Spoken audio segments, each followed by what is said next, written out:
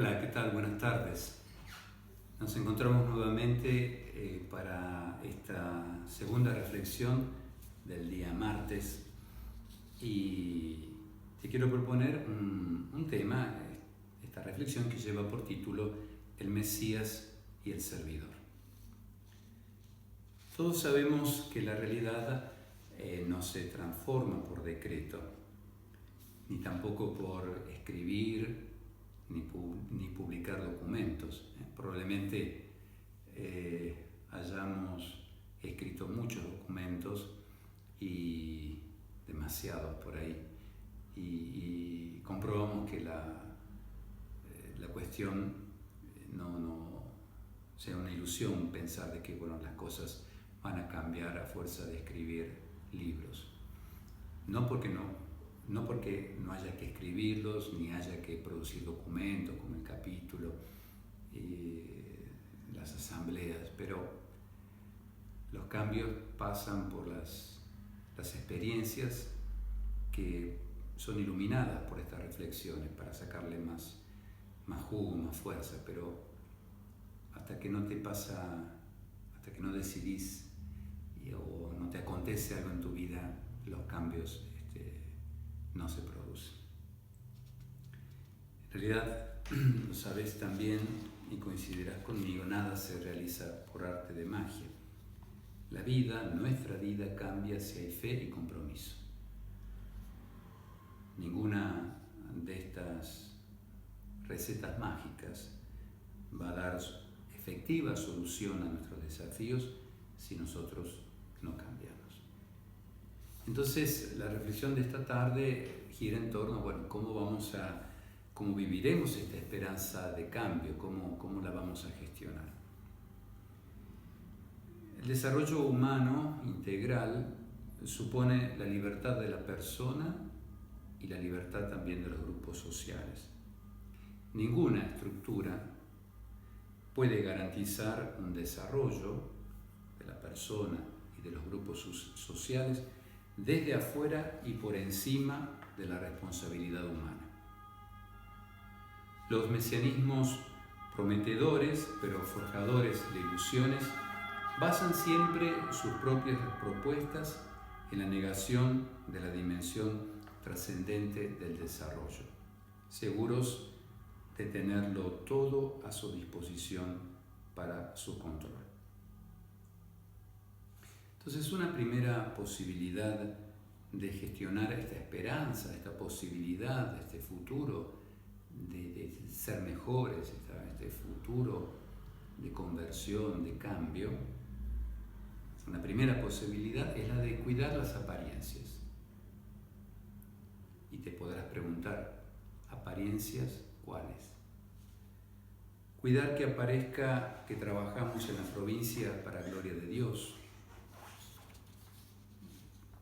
en mi comunidad, cuando en realidad tras la religiosidad e incluso el amor hacia la congregación se busca la gloria humana y el bienestar personal. Esto es algo parecido cuando Jesús reprochaba a los fariseos y que el Papa Francisco bien ha sabido definir con esa categoría de mundanidad espiritual. Él, en Evangelii Gaudium, dice: la mundanidad espiritual que se esconde detrás de apariencias de religiosidad e incluso de amor a la Iglesia es buscar, en lugar de la gloria de Dios, la gloria humana y el bienestar personal. Es lo que el Señor reprochaba a los fariseos. ¿Cómo es posible que crean ustedes que se glorifican unos a otros y no se preocupan por la gloria que solo viene de Dios? Es un modo sutil, continúa el Santo Padre, de buscar sus propios intereses y no los de Dios, no los de Cristo Jesús. La mundanidad espiritual toma muchas formas, de acuerdo con el tipo de personas y con los estamentos en los que se enquista. Por estar relacionado con el cuidado de la apariencia, no siempre se conecta con los pecados públicos y por fuera de todo parece correcto. pero si invadiera la iglesia sería infinitamente más desastrosa que cualquier otra mundanidad simplemente moral. Entonces, la primera posibilidad de gestionar esta esperanza del cambio es la de cuidar las apariencias, que parezca que cambiamos, pero en realidad el corazón, las decisiones más profundas van por otro lado. Otra posibilidad de vivir esta esperanza de cambio es la de que el mismo Papa, con estas palabras que él inventa, define como el abriaqueísmo. Y es la actitud de aquellos que buscan algún lugar de poder y se pasan la vida planeando cosas, pero no tomando ninguna decisión ni iniciando acción alguna para cambiar. Tanto no es necesario cambiar, porque lo importante es ocupar un espacio de poder. En Evangelii Gaudium siempre Francisco afirma: se alimenta entonces la vanagloria de quienes se conforman con tener algún poder y prefieren ser generales de ejércitos derrotados antes que simples soldados de un escuadrón que sigue luchando. ¿Cuántas veces soñamos con planes apostólicos expansionistas, meticulosos y bien dibujados, propios de generales derrotados? Así negamos nuestra historia de iglesia, que es gloriosa por ser historia de sacrificios, de esperanza, de lucha cotidiana, de vida deshilachada en el servicio, de constancia en el trabajo que cansa, porque todo trabajo es sudor de nuestra frente. En cambio, nos entretenemos vanidosos hablando sobre lo que habría que hacer, el pecado del abriaqueísmo, como maestros espirituales y sabios pastorales que señalan desde afuera. Cultivamos nuestra imaginación sin límites y perdemos contacto con la realidad sufrida de nuestro pueblo. Dos posibilidades entonces: cuidar las apariencias o quedarse planificando cosas que habría que hacer, pero que en realidad ni siquiera me interesa iniciarlas porque no quiero cambiar este espacio, no quiero dejar este espacio de poder, de comodidad. Entonces, el héroe auténtico es el servidor. Y bueno, la historia de Israel nos va a ayudar a comprender un poquito mejor esto. Vos sabés que el pueblo de Dios es un pueblo de promesas y de esperanza, de realización, que lentamente se van realizando en la historia por caminos insospechados. En la historia de este pueblo y de la realización de las promesas, el rey David ocupa un lugar especial. Su figura y su proceso de madurez pueden entonces ayudarnos a focalizarnos en la correcta gestión de la esperanza de cambio. Para ello recordarás qué bonitos son los libros de 1 y 2 Samuel a este respecto.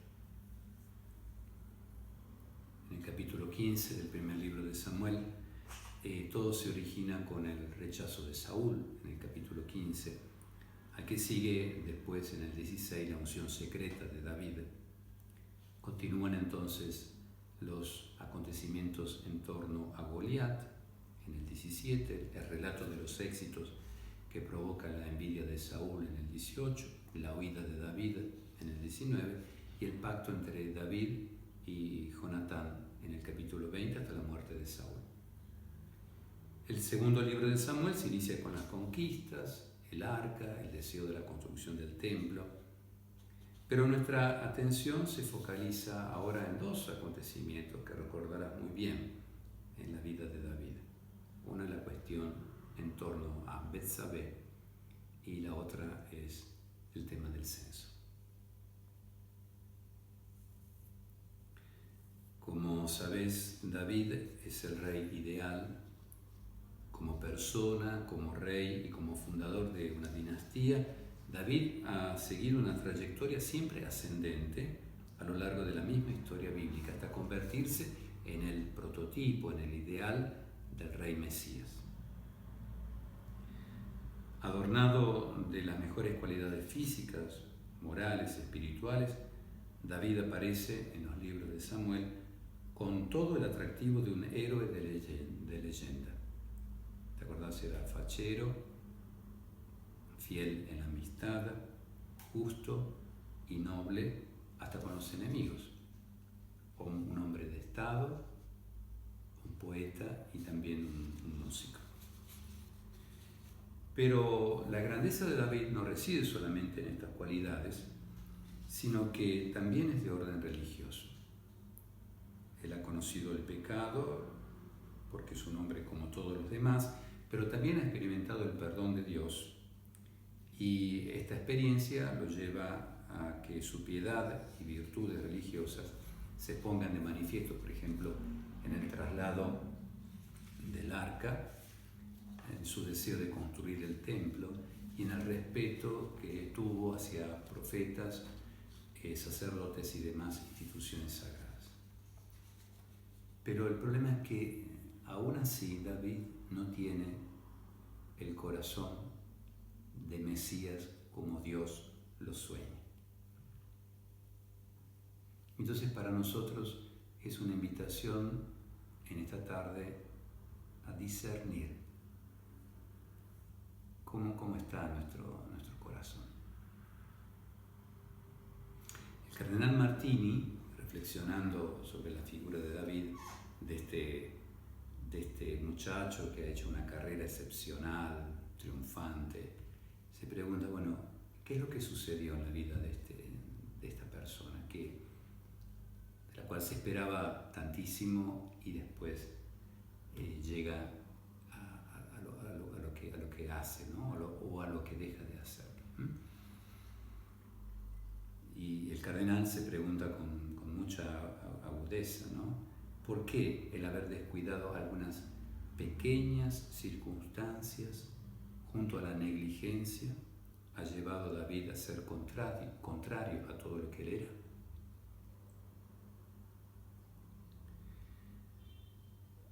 Algunas circunstancias, como te lo decía al comienzo, de la vida de David ponen de relieve esta negligencia, esta torpeza en las pequeñas cosas. ¿Te acuerdas la tentación de rechazar el servicio para abandonarse al poder, en esa figura de la imagen de la siesta, ¿no? Mientras todos los reyes van a combatir por su pueblo, David está ahí durmiendo la siesta. Dejar el servicio y sustituirlo por el poder. O confiar en la fuerza de Dios, pero para después sustituirla con esa excesiva seguridad en sí mismo. ¿Te acuerdas? Bueno, la cuestión del censo. El problema entonces de David fue precisamente esa falta de discernimiento, esa incapacidad de ver hacia dónde lo estaban llevando sus propios pasos. Hacia dónde lo estaba llevando su corazón. Como bien dice una biblista que tuve la oportunidad de conocer y asistir a alguna de sus clases en la Gregoriana, Bruna Costacurta, ella con mucha agudeza anota: David se parece cada vez más a los reyes de este mundo. En lugar de meditar la ley día y noche para interpretarla y vivirla, David se convierte en la ley sustituyéndola consigo mismo. Él ahora dispone según su voluntad. Y entonces la tragedia de este muchacho es sustituir a Dios consigo mismo. La purificación de los pecados, del asesinato de Urías y la vanagloria del censo llevan al rey David a acercarse a un ideal del Mesías según el corazón de Dios. Pero para que esto suceda vamos a tener que esperar a Isaías. Allí la figura del siervo de Yahvé es la que nos va a permitir comprender cómo es el modo, cómo es el estilo del verdadero héroe de la historia de la salvación. El verdadero héroe es un Mesías servidor, es Jesucristo, verdadero servidor de Dios y de los hombres. Y entonces, la pregunta de esta tarde es, bueno, ¿cómo vamos a gestionar esta oportunidad de ser según el corazón de Dios, de cambiar esta esperanza de ser mejores, cuidando las apariencias, lamentándonos de las cosas que habría que hacer y que nadie hace, o nos vamos a remangar y nos vamos a comprometer en el cambio a través del servicio, de la caridad, de la donación de la propia vida? Te voy a dejar algunas preguntas en el material que tenés en la descripción del video. ¿Cómo responderemos a esta oportunidad de tener un corazón según el proyecto de Dios? ¿Nos conformaremos con decir lo que habría que cambiar en mi comunidad, en mi provincia, sin iniciar un proceso de verdadera renovación? ¿O viviremos en la gris apariencia que bajo un barniz de religiosidad se esconde el deseo de hacer mi voluntad y no la de aquel que me ha llamado? Algunas referencias bíblicas te van a acompañar en este momento de oración. Continuamos rezando por vos y te deseamos entonces un buen encuentro con el Señor Jesús. Dios mediante, mañana nos volveremos a encontrar. Te mando un fuerte abrazo y continúo rezando por vos.